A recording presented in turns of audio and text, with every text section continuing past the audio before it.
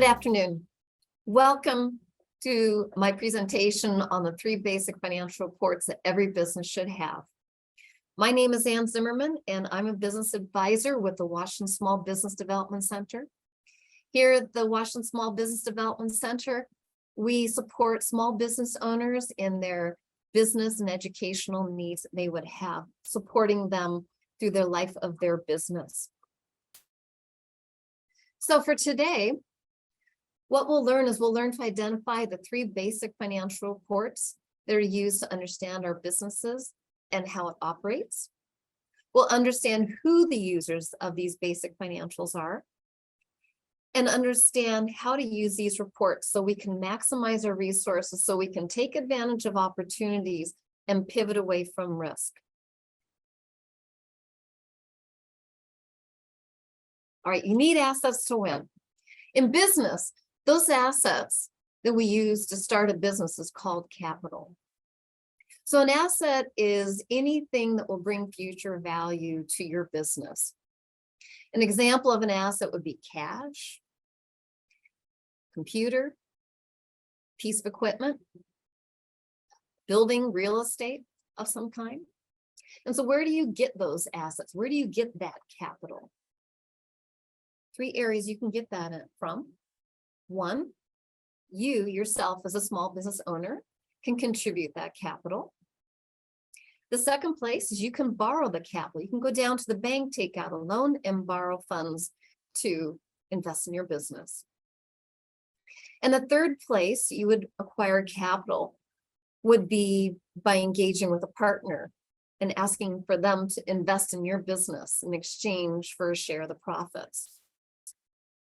So the overarching question is would you want to invest in this company? A question that a lender is going to ask, a question that an investor is going to ask, and even you yourself as a small business owner need to ask yourself. So you have to prove your business is a winning investment.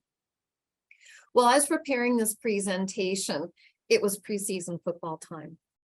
There's all those hopeful rookies out there who are trying to show off their skills and try to win an NFL contract, a position on the team, and that lucrative NFL contract team.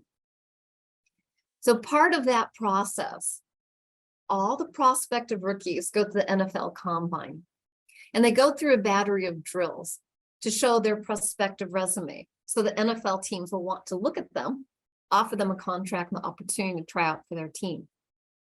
And that's the same as in business, as we put together prospective reports that will perhaps entice a potential lender or investor to invest in your business because you as the owner are convinced your business is a winning investment. So I have an example here. 2 rookies, Budda Baker and DK Metcalf. At the NFL Combine, Budda Baker ran a 4.45 second 40-yard dash. DK Metcalf ran a 4.33 second 40-yard dash. Both are amazing athletes, and both of them went out there and said, hey, look at me. I'm fast. I can run a 4.33 40-yard dash. You want to invest in me. You want me to come play with your team because I'm going to contribute to a winning team. So we all know or at least I do, I'm a big Seahawks fan, the infamous Budda Baker interception. Budda Baker, amazing play, intercepted Russell Wilson in the red zone. He ran that football back 90 yards. He reached 21.27 miles per hour. And then even more amazing, DK Metcalf, he felt he needed to save the touchdown, and you could just see him drop down and kick into high gear, and he hoofed it downfield 114 yards at 22.64 miles per hour to make the tackle and save the touchdown. And then I just have to share this most recent headline that DK Metcalf just got the largest wide receiver signing bonus ever. And that was DK Metcalf following through and saying, look what I did. You want to invest in me. And he was able to realize it by getting the largest signing bonus that a wide receiver has ever received.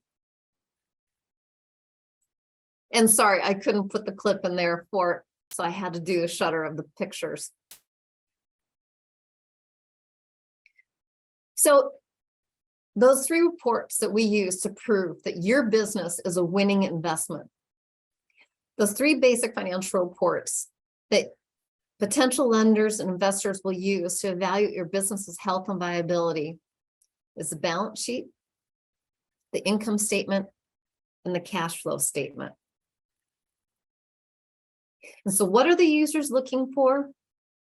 They're looking to see whether you understand your business. They're looking to understand the drivers of your business and whether you, as an owner, understand those drivers, that you have a grasp on them and you have a plan to manage them, and that you have the capability to respond to various different factors. So they'll look at bottom lines. They'll look for trends, seasonalities, they'll look for exceptions. And they'll look for relationships between various components like cost to revenue, assets to liabilities. They'll use ratios. And then what they'll do is they will compare your organization using these reports and compare it across similar organizations to assess, again, the viability, the likelihood of profitability, the risk that might be involved in investing in your business. So the first report we'll talk about is the balance sheet. The balance sheet is a report that reflects the business's assets and how they're financed. So when you have assets, you have to find a way to pay for them. They can either be financed through debt by taking out debt to pay for them, or through owner's capital by you financing those assets or contributing those assets, or your partner. And so the major components of the balance sheet is the assets, liabilities, and owner equity. And then you'll see at the bottom of the slide there's an equation there where assets equals liabilities plus owner's equity. That is a foundational equation that we will always come back to and will always look to be proven as true. Because again, your assets, how are they acquired? They were either acquired through debt financing or by owner contributions, owner capital. So here we have an example of the balance sheet. Excuse me. And that balance sheet, again, you can take a look and see how much of a claim lenders have on the company's assets. We can derive, for instance, historical rates of returns or anticipated rates of returns. And we can also assess potentially how risky the investment is or the likelihood of debt repayment.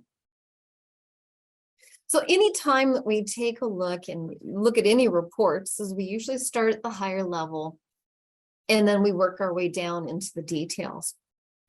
And so a potential user would take a look and first of all, is that equation true? Do assets equals liabilities plus owner's equity? Yeah, it does in each 3 years of this example here. And then we might dive down a little bit further. And so just looking, for instance, at 2019, we see cash at $24,000. We see liabilities at $41,000, and the rest is financed through owner's equity, or net worth is the word we're using in that case. And in 2020, we look at cash again and it drops.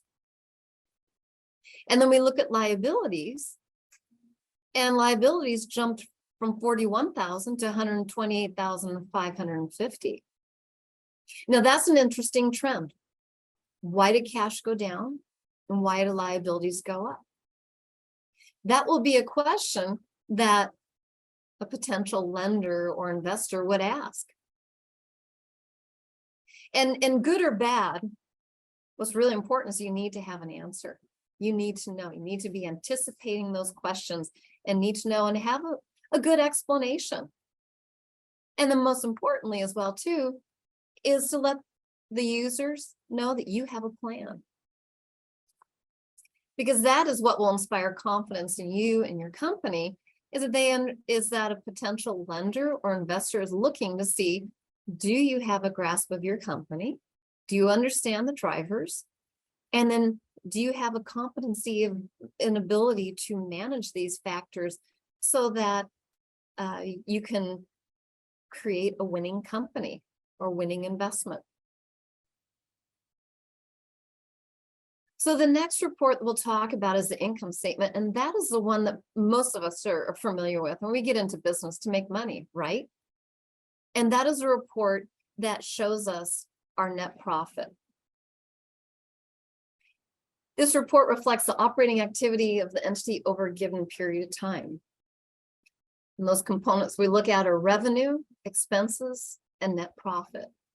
So over the course of 2019, this is the amount of revenue we pulled in, this is the amount of expenses we pulled in, and this is what the net profit that we pulled in for the operation of 1 year.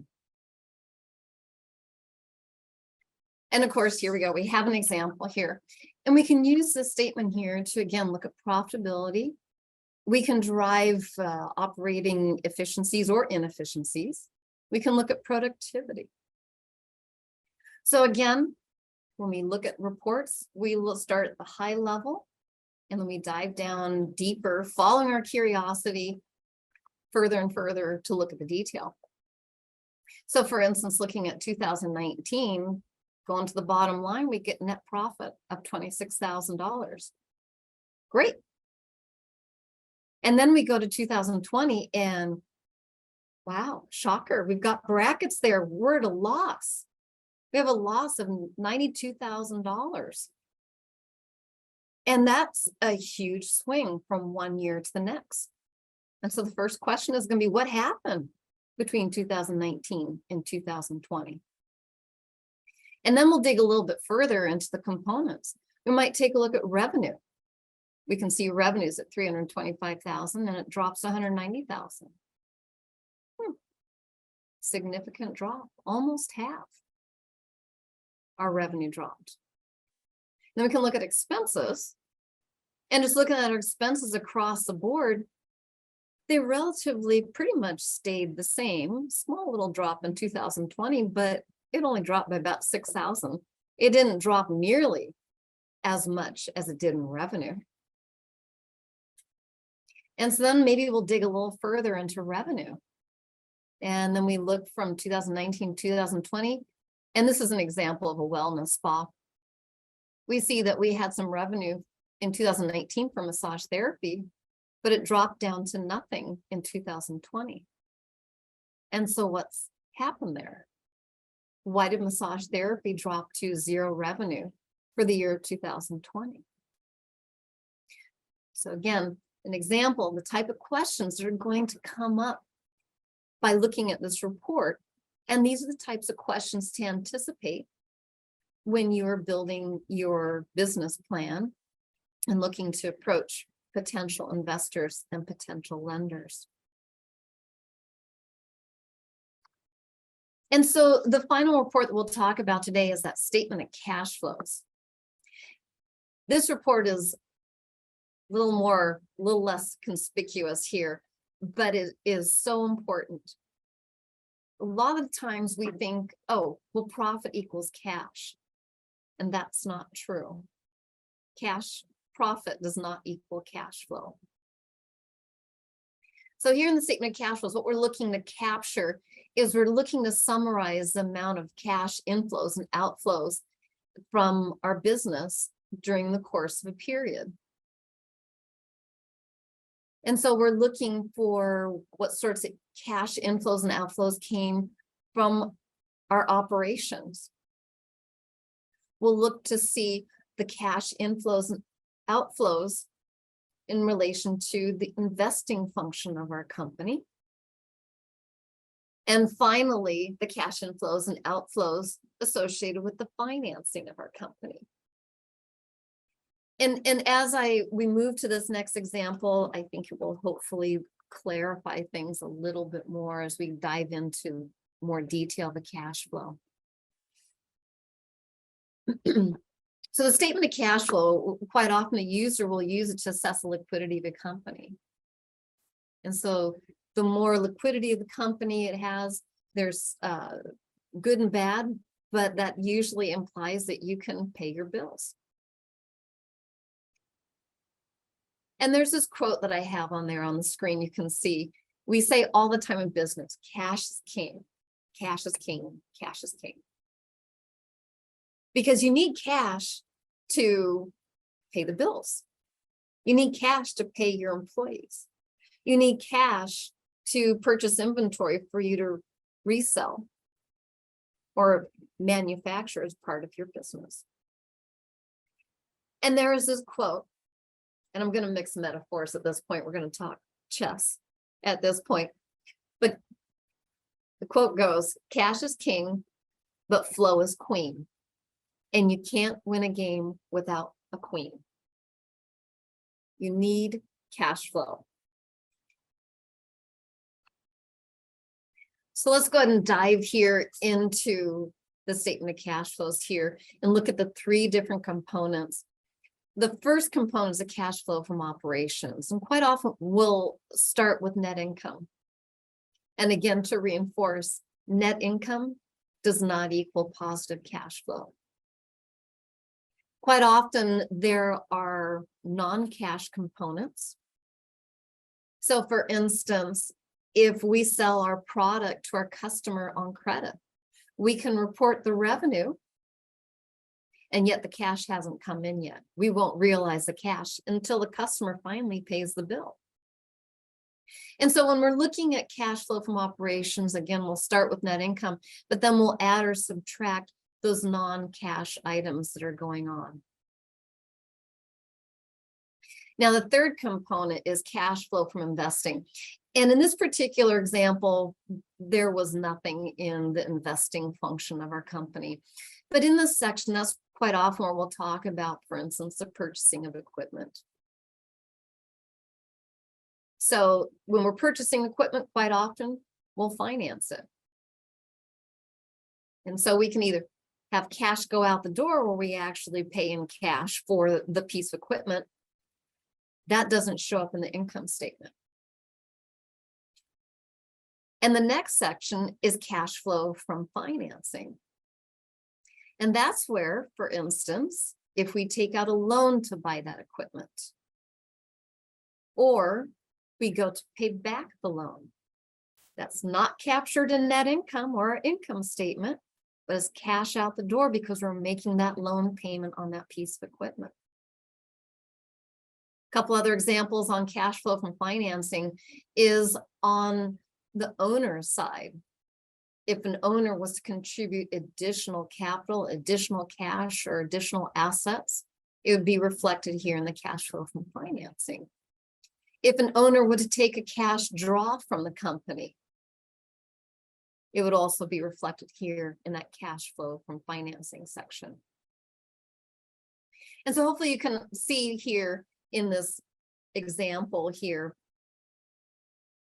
that, again, net income does not equal cash flow. And there are other ways in which cash can go out the door that it's not captured in the previous statements that we looked at. So what makes an investor or lender interested in your company? What they're looking for is, first of all, dollars are the language of investors and lenders. That's the language they speak. Because they're looking for profitability. They're looking to see whether there's favorable cash flow. They're looking to see whether their investment in your business is risky, whether you'll be able to provide a favorable rate of return on their investment. And they're looking to see, can you pay your bills? And in combination, these three basic financial reports, they tell your story. It's a means to communicate with our potential lenders and investors whether your business has a solid foundation or is off-centered in its footing.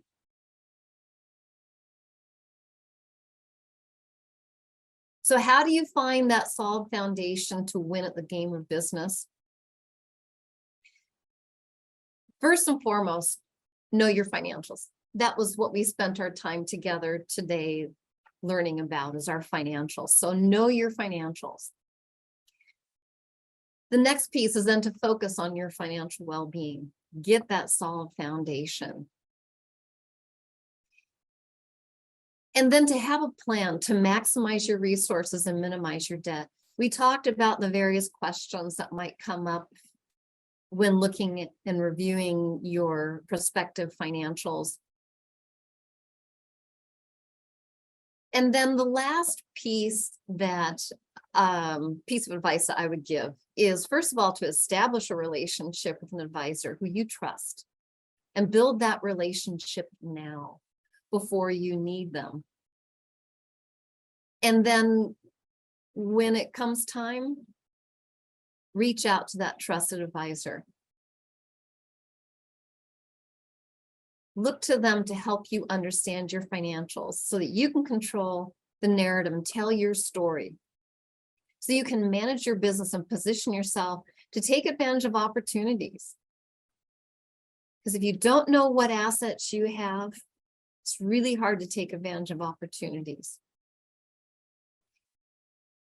And if a downturn happens, you've got to know what your assets are, what your resources are, where you can pivot away to avoid any undue risk and maintain a strong, viable, winning business.